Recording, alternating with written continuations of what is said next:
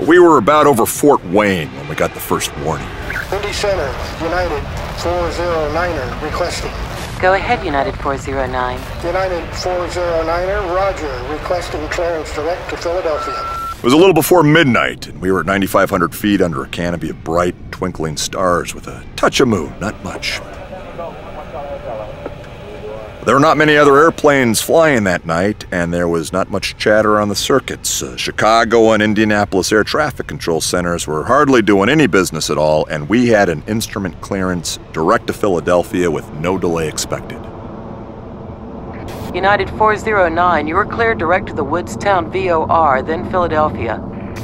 Then we heard a 707 call into center and ask what was going on. Something had flashed across their bow at flight level 270, heading south. Indianapolis Center, Eastern 1022. Be advised, unidentified traffic just passed in front of us, and it was pretty close. What was that? It was too close for comfort, Center.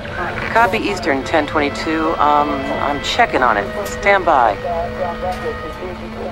This is Indianapolis Center, Eastern 1022, and all aircraft on my frequency. Be advised, I just picked up fast-moving traffic southbound through my airspace. Identity unknown. Roger that, Center. Delta 315. Just saw the fast mover. Was not able to identify it either. Eastern 1022, Center. What's going on? It seemed to be coming our way, towards Cincinnati, going supersonic.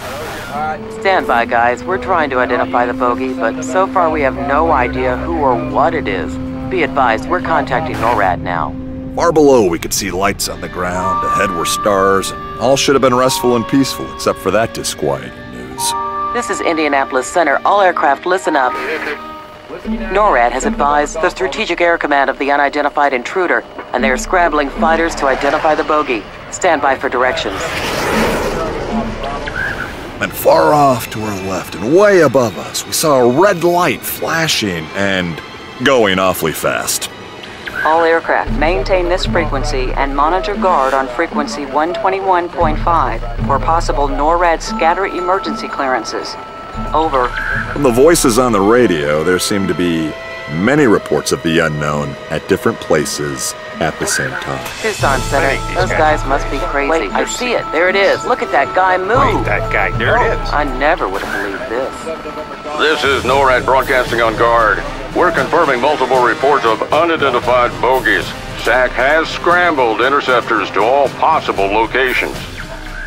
By the time we passed Pittsburgh, confirmations of the sighting had been reported everywhere, from Boston to San Diego. Everywhere, the same, a small, fast-moving, erratically flying object. It was when we were starting to let down for Philadelphia International that the most upsetting report of all came to us. This is New York Center broadcasting on guard. Warning, there are multiple unidentified bogies approaching Philadelphia's airspace at a very high rate of speed. Be prepared to take evasive action. Fighter interceptors are in pursuit. We turned toward the Boothwyn fan marker and began to slide into the long runway. United 409, Philly approach. We have pop-up traffic at your 6 o'clock position headed your way and gaining rapidly. United 409er copies. Continue on course, but please keep us advised. You can imagine what that did to our nervous systems. We continued our approach, dropped the gear, gave her half flaps, and turned on the landing lights.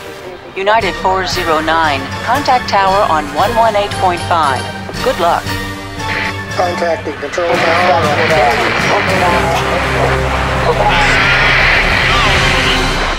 Philly Tower, we have traffic in sight, and you may not believe what you're looking at.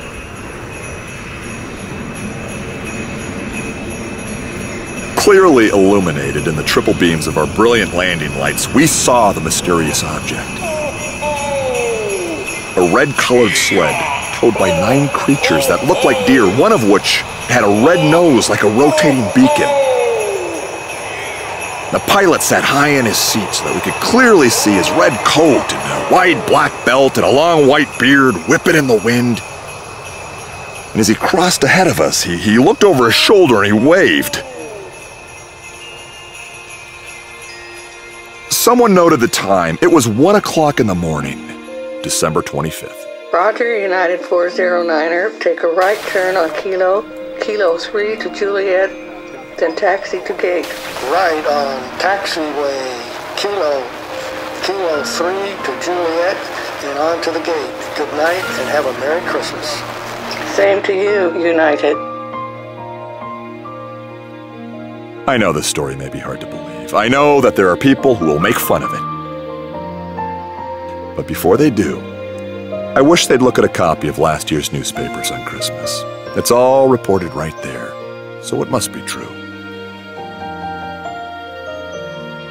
Santa will be back again this year, so you keep looking for him, especially if you're flying on Christmas Eve. He really moves around fast.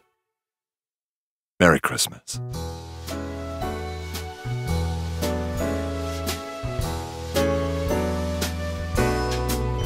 Sleigh bells ring, are you listening?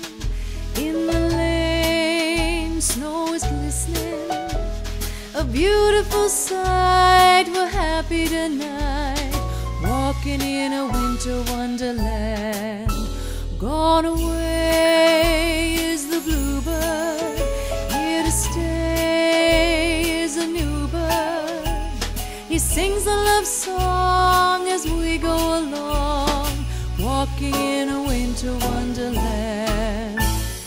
In the meadow we can build a snowman, then pretend that he is Parson Brown.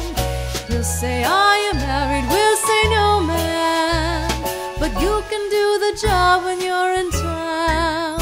Later on we'll conspire as we dream by the fire, to face unafraid the plans that we made, walking in a winter wonderland, walking in a winter wonderland, walking